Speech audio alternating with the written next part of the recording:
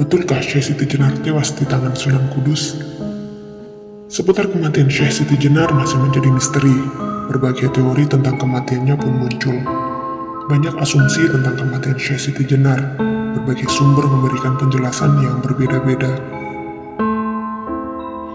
Seperti asal-usulnya hingga kini masih misteri, riwayat kematian Syekh Siti Jenar juga sangat misteri. Masih simpang siur soal kebenarannya. Ada mitos yang mengatakan saat Sunan Kudus menghunuskan kerisnya, terdengar ledakan yang sangat keras, seperti besi beradu dengan besi.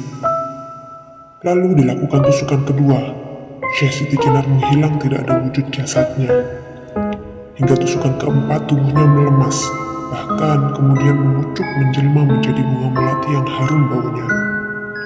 Syekh Siti Jenar akhirnya tewas setelah tubuhnya ditikam oleh Sunan Kudus dengan keris kaki Kantanaga yang diberikan oleh Sunan Gunung Jati.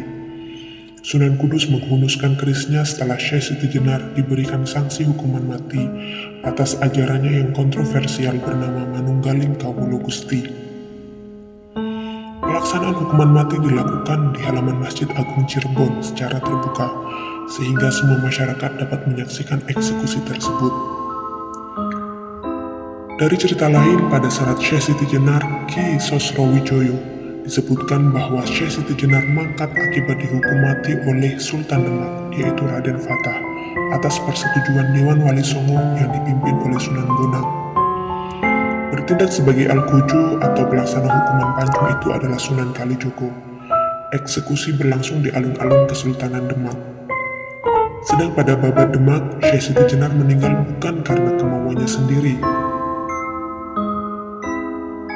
atau karena dengan kesaktiannya ia dapat menemui ajalnya, tetapi ia dibunuh oleh Sunan Giri. Keris ditusukkan ke badannya hingga tembus ke punggung dan mengucurkan darah berwarna kuning. Setelah mengetahui bahwa suaminya dibunuh, istri Syekh Siti Jenar menuntut bela kematian itu kepada Sunan Giri.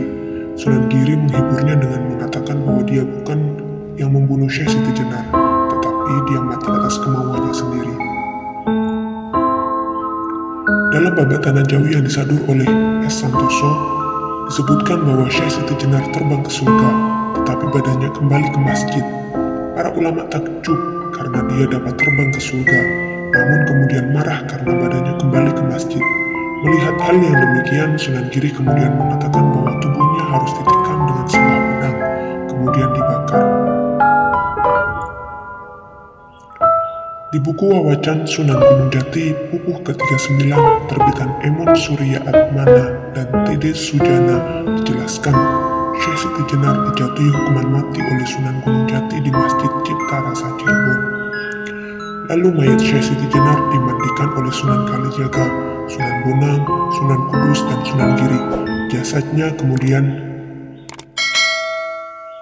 dimakamkan di Geraksan yang kemudian disebut sebagai Pesarian Kemlaten. Dituliskan di serat Syekh Siti Jenar yang dikubah oleh Ki Sosrowijoyo, dikutip oleh Abdul Munir Mulkan, dipaparkan pada saat hukuman mati harus dilakukan. Para anggota Wali Songo mendatangi Syekh Siti Jenar untuk mengeksekusi.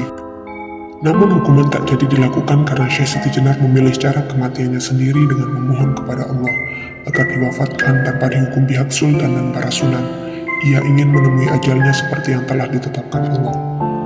Muncul kisah bahwa ketika jenazah Syekh Siti Jenar disemayamkan di Masjid Demak, menjelang sholat Isya, semerbak beribu bunga dan cahaya kilau semilau memancar dari jenazah Syekh Siti Jenar.